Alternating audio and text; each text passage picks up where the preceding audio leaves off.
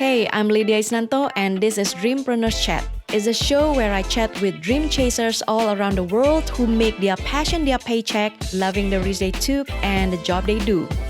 30 radiation, 4 chemo treatments, and 4 surgeries. She is a cancer survivor, a photographer, cinematographer, speaker, educator, and owner of Unashamed Imaging. When you really learn to love yourself and tap into what you're good at, there's endless things that you figure out. It's like, oh, I could do this, I could do that. And then you love yourself even more because you're like, okay, I want to discover more about me. In a world where you can be anything, Anesha Collins strongly believes in being herself because you don't have to be perfect to inspire others. For a self-made woman like me. Hey guys, thank you so much for tuning in and welcome back to the Dreampreneurs Chat show. And right now I have an honor to interview Anesha Collins. Yeah, I'm so excited to hear and to chat with you because basically we have a lot of things in common. And I do a lot of videos and I can see that you do a lot of wedding videos as well. That's amazing. Thank you. Yeah, so tell us a little bit more about you. I've been shooting for about 8 years. I started doing I would say commercial work, and then I fell in love with weddings, and I've been doing it ever since. I still do branded and non-wedding work on the side, or I should say out of season. But otherwise, weddings is primary, and then I teach also a lot on video marketing. Tell us a story of how do you find your passion at first? Oh, I started volunteering with a church organization. Okay. So doing a lot of concert, not getting paid for it. I was actually selling their merch and they weren't making money because I was like, merch, I don't do merch. Yeah. And then one day I actually grabbed my mother's camera and was like, I like this. I was in my own little bubble and in the zone. I mean, I wasn't antisocial, but I just felt like this was me. And I haven't stopped ever since. How did you start your business? How did you make your passion into a business? Yeah. The story that I always tell everyone, they're like, that's it. I'm like, yeah, sorry, I don't have a big and this happened and the sky fell and no, that's not my story. I literally just woke up and it was something that I honestly kept asking God for. And he just made it happen. And the message that I got was just do it, almost simple, like Nike. And literally my very first camera, it was on sale, the bundle, everything I needed. And I just would work every piece of equipment I wanted. I would work for it. So if I wanted that new lens, I'd book something that was worth the amount of that lens. And just haven't stopped since. So how long have you been doing this business actually? So legally, I'd say 8, and then, getting the LLC and set up a real business. And then hobby-wise, and like I said, the volunteer years, it would probably be a total of 11 or 12. So, all right. So for this past 8 years, you have been doing a lot of weddings, events, and all that. So what is the challenge that you encounter? So the biggest challenge I've encountered is having to battle cancer. So that came out of nowhere. I was at the peak of my career, and all of a sudden I just fell ill. Thank goodness I beat that, but I'm still in what they call remission. So I'm kind of having to do different things. And if I have to have any type of chemotherapy done again, it would really be preventative to help spread. But what kept me afloat, honestly, was my video marketing. I had tons of video content that I did beforehand, planning, just having a strategy and just not winging it kept me still top of mind where people were still asking for me to come and shoot. And I would just tell them I can't do it right now, but if you have a later date or whatever, I'm there. So that would be the biggest challenge. And then I would say probably education. I figured out education is really important. And I think people get to a certain point in their business and they're like, I don't need to learn anything because I've made it. And so once I figured that out, those were 2 things that I would say 2 obstacles that I had to overcome. And then I just been like running ever since and hoping, you know, God continues to let this be my purpose, but he's expanding now the speaking part, which I didn't expect to happen. So that's pretty cool. So Anesha, I know that you have cancer and you're a survivor of 2-time cancer. So this is really very, I feel very touched, especially if you know, like you own your own business and despite of your sickness, you still keep going through. Maybe you can tell us more the story about your sickness, your cancer. I got diagnosed March 23rd of 2018. So yeah, it was stage 3. I can tell you that much. So bad. But I had like no symptoms or anything like that. And then all of a sudden I would always feel tired though, but I thought it was just because I'm a workaholic and I just love what I do. And I was like, sleep, who needs sleep? Now when my body's like, hey, you need sleep. I'm like, good night. So yeah, so just telling family like, hey, something's not right, and then I'm gonna go get checked out, and you know that's what it turned out to be, unfortunately. But fortunately, I had good doctors who were like, hey, this is the plan, and it's not gonna be easy. But from what they said, I went through the hardest treatment that I could have had, because some people just had like chemo, or some people just had radiation. I had both at the same time because they had to hit it like heavy because of how advanced it was. So just going through that, honestly, like, I know this is going to sound really, really, really weird, but I've had actually more of a blessing having cancer than not. I learned a lot about myself, a lot about people, a lot about life, giving back, focusing on what really matters and letting go of things that are petty, because Pettyville is pretty much the world we live in. So it just really opened my eyes to focus on what was important and taught me a lot about myself, things that I didn't value. Like, I'll just share something real transparent. Like, at one point, I hated my body weight. I just felt like I was really, really skinny. This was before losing 30 pounds in a month, unintentionally. And I remember, like, I would go to the mall and I'd tell my mom, like, oh, do I look like her? And my mom would be like, no. And she finally got tired of it. And then when I got sick, it was like, oh, now you do have, you know, so it made me really pull back the curtain and say, you need to love yourself. And it actually, like, I was afraid to come out and talk about it, but actually, like, helped my business. So God has a way of using bad for good sometimes. Yeah, definitely. I think you give a testimony in your Instagram about your cancer. You know, you have survived this cancer. It's actually basically it's recently that you own. Wow, in the midst of you still have this business and wow. Yeah, then, so everyone's writing to me like, how the heck did you just like went through that and then you pop back up like it was a vacation? And I'm like, I was just determined. Like, it was no part of it was easy. Like, one of my friends actually wants to do a documentary on me because he wants to really show people like what I went through. No part. I would never tell anyone, oh yeah, it's just chemo and radiation. None of it is easy. No part. Yeah. So I'm just blessed that he still has a purpose for me. That's kind of all I could say. Yeah, that's amazing. And how do you handle the physical part? You know, like especially wedding, it takes a lot of your physical, you know, to really do the job. Yeah, like, I was at the point where I was just like eating baby food because I couldn't eat anything solid, or even when I would try, it would just come back up. And so my mom was like, okay, I'm going to make you like kale shakes, like whatever I could handle. And then we finally got a medication that was able to help me hold in more. And then that's when I started like really picking back up, because you need the nutrition to boost your body back up. So I would just say the radiation, like, a lot of people don't know that even though like somebody may have finished radiation, like, it stays in their body for like 6 to 8 months after it's done. So it's still working. And so you can have muscle pain, you can have bone pain, which is like the worst.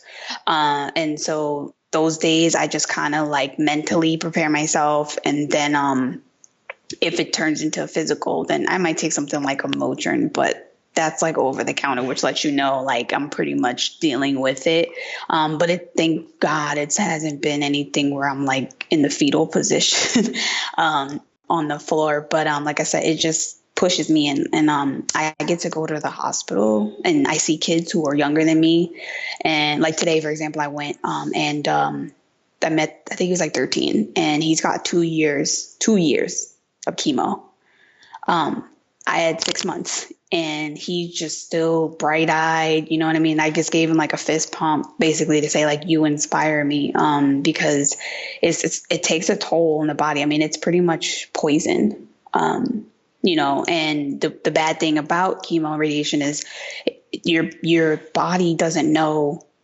The good cells don't say, hey, let's go over here because it's for those guys. Like, it attacks everything. So you have to replenish. And, you know, there's meds that they give you to help you like increase your white blood cell and things like that. But I think as long as you can stay hydrated and control your like the vomiting and things like that, I was still shooting weddings when I was going through it. Nobody knew. One of my highest viewed weddings right now was my first day radiation. Nobody knew. I just pushed through. And I think like being able to still like do what I love kind of distracted me too from like just wallowing in the fact that I have to go through this. Yeah, and I saw that you have this live videos education kind of a program for. So is that recently that you found that idea, or you have done it before? Okay. I started the video. I was always doing video marketing, but I never like took it to the level that it's on now. And like I said, that I feel like God was like, you know what, she can handle chemo and radiation, so I'm gonna put this on her probably too. And just I really like video marketing, and so I would just keep doing it. And it's just growing, and it's helping a lot of people. And it's weird, like I'm probably equally passionate about weddings as much as I am about video marketing. So, which is rare. Usually like one, you know, takes the back seat or whatever. Yeah, that is amazing. I mean, like from your story, like, you know, like even though you have this cancer and you've gone through all the chemo and all the tough stuff, but then you still have, your passion is not dies. It's even flourished, as if it's not only limited to on the day of wedding day shooting, but you also flourish into like education, you know, like live videos where you can do it behind of the computer, you know, like I can see like you are really created to create, you know, like you've been called to create, like no matter what you've gone through, like you have always be able to make your passion shining. It's funny you say shining because when I was a nurse, this is back in the day, I was taking care of a patient, and he was like, do you know that your name is Indian? And I was like, no, it's just the name my mom gave me. And he said, well, in Indian, it means the light. And so I found it funny how you were saying like continue to shine, you know what I mean? It's like, but sometimes your light could be too bright for some people, and you have to kind of like say, oh, well, it's my light and I'm not dimming it. Yeah, and I like the way you say, you know, like when I read about you in the website, I mean, I like you said that, and if you're reading this, that means you and I have the common that, you know, like to be yourself. Like being unashamed of yourself. Yeah, exactly. And that is actually literally the main branding of you, right? Yeah. That is like so badass. I mean, so amazing. I mean, yeah. So just years of like not liking myself, even though I was still being creative. And it's like, so I could be happy for everyone else, or I would go to a wedding, and not that I was faking it, but just kind of like, yeah. And I would leave and be like, ugh, you know? And so I was just like, I need to love myself more. And that's why I keep saying what I'm saying, like cancer forced me to do that. It was like, hey, you almost lost your life. Like, you better appreciate this, you know, and start, you know, tighten up. Even though I had named my business that way before I had cancer, I didn't know that it would align later on in the end. And so that's one thing, like with my couples, when I meet them, like that's one thing that I push is like, yeah, I'm going to make sure you have those magazine type publication shots because I've been featured. I know what they're looking for, but I'm also going to make sure that you could be yourself in doing it, you know, or have those photos too, where you're not like, you know, so posed the whole time. And it's just too much work to not love yourself and be yourself, because you, me, every person in the world like has something different to bring into the universe. So it's like, if you're too busy like doing what someone else is doing, you're diminishing what you could put out. And I feel like when people finally learn to really love themselves and fully operate in who they are, that's when they grow the most. Like, even for me, a lot of people are like, how come you're not teaching wedding photography? I was like, because there's 81 million people doing it. YouTube is there. I mean, I have a really good friend. She's killing it in wedding photography education. Like, I refer people to her channel. But for me, it was like, I want to teach video marketing. And people are like, oh, you know what I mean? Like, that's my lane. And now I'm getting to go places and speak to people. I mean, even with you and things like that, that I'm like, if I would have been just following suit with, everyone else, I would have never seen what God had for me when it comes to video marketing. So I just think when you really learn to like love yourself and tap into what you're good at, there's endless things that you figure out. It's like, oh, I can do this, I can do that. And then you love yourself even more because you're like, okay, I want to discover more about me. So yeah, that's pretty much it.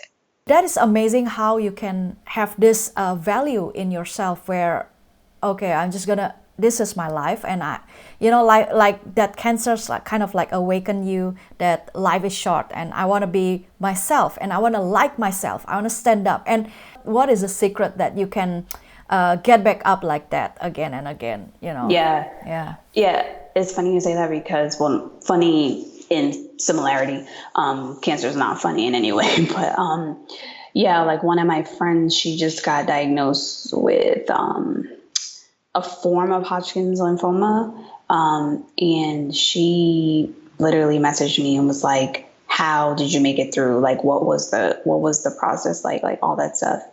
And I was just like, I sat there for a moment because I never want to pounce on people with my experience. So I never go into it like, yes, this. I will never do that because that doesn't really encourage. It actually frightens people. So I will ask simply like, what do you want to know? And I think even the same question, if someone's trying to figure out like how to love themselves more or things of that nature, just struggling with self-esteem, the first question I would ask is like, where are you actually struggling?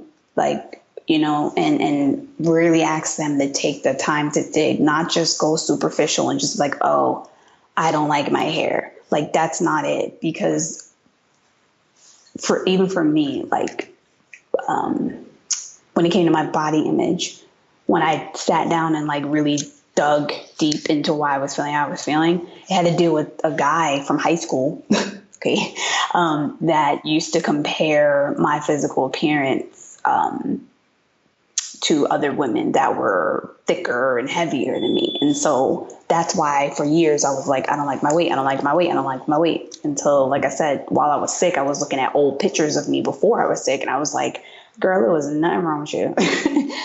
You know what I mean? So I just feel like you have to really want to change. You have to really like want to be healed from that area because it is bondage.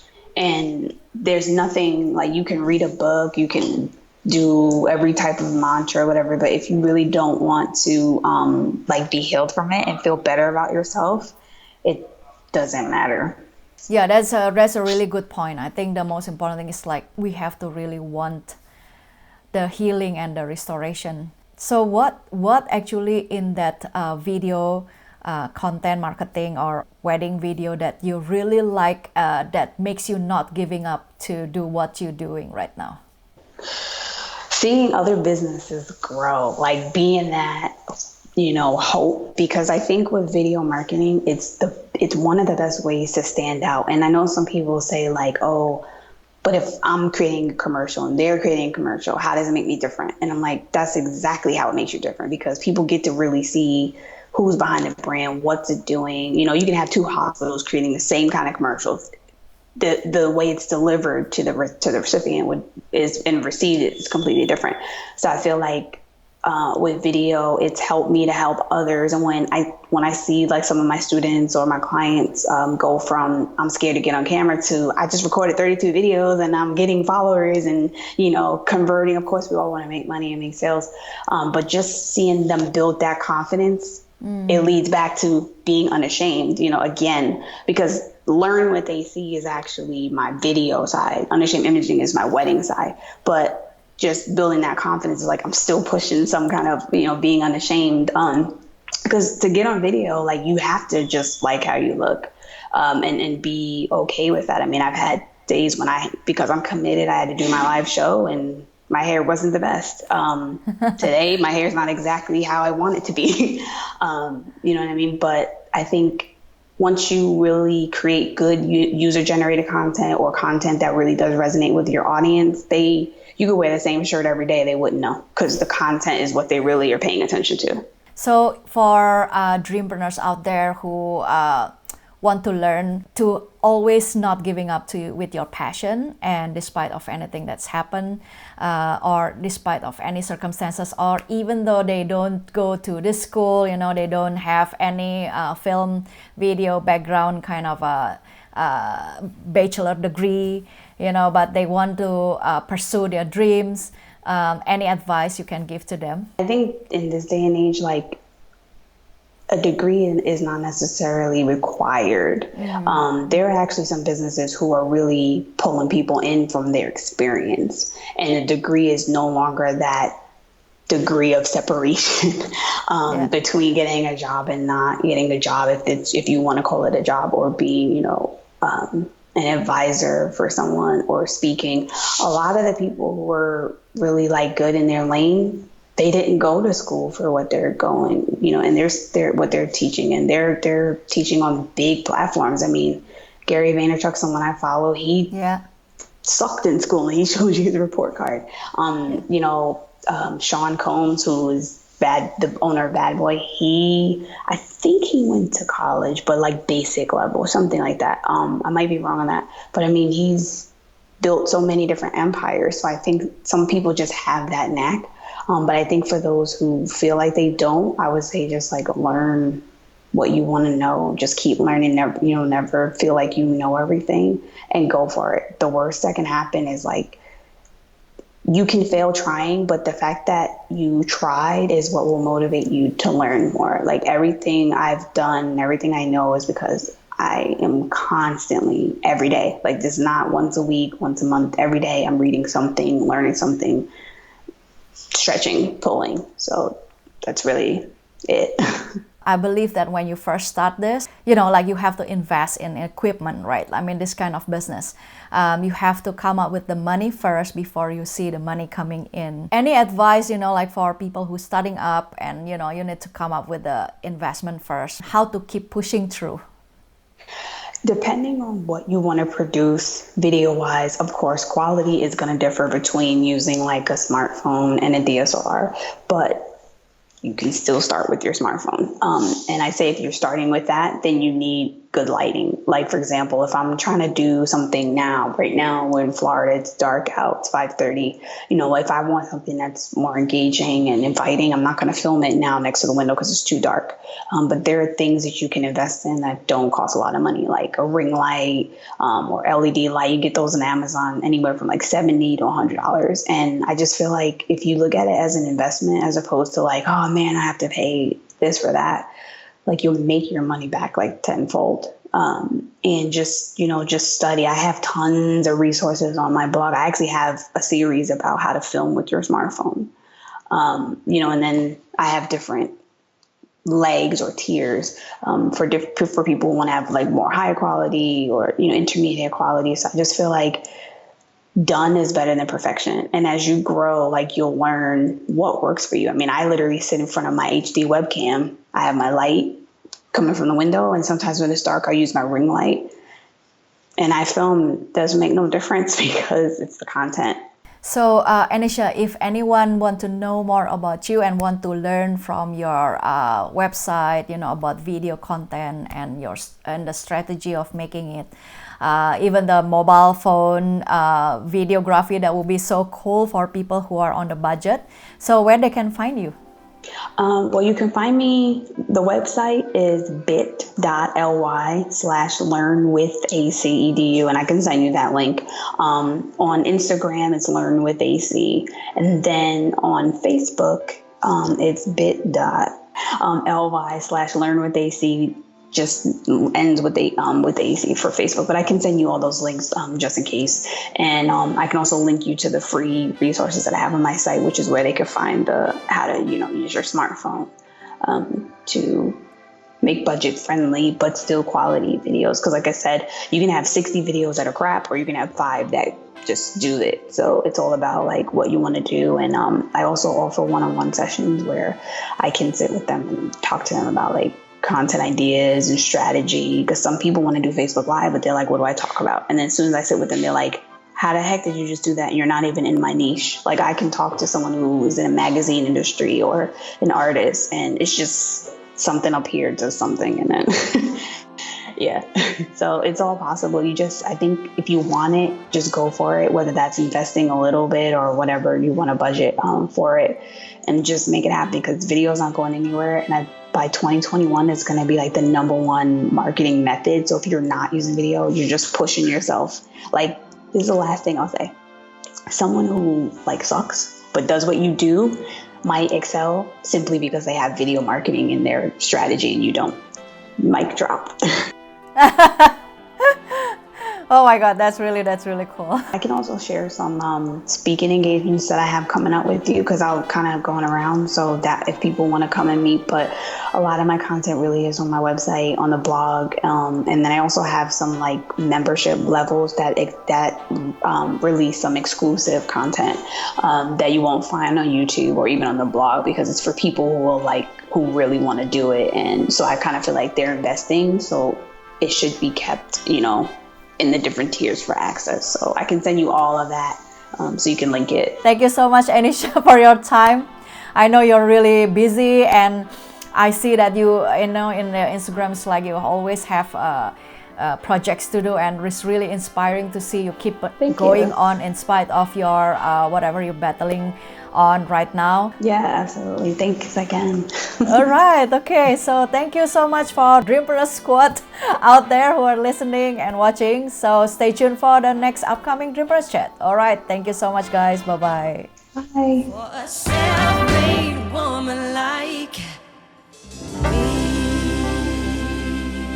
This podcast is available on iTunes and other major podcast platforms. If you like this show, please subscribe and give your rating and review on iTunes. That means a lot to help the show keep going. You can also watch the video podcast series at youtube.com/Lydia Isnanto. See you on the next brand new chat. Until then, remember to share your story with someone, because you never know how one sentence of your life story could inspire others to rewrite their own.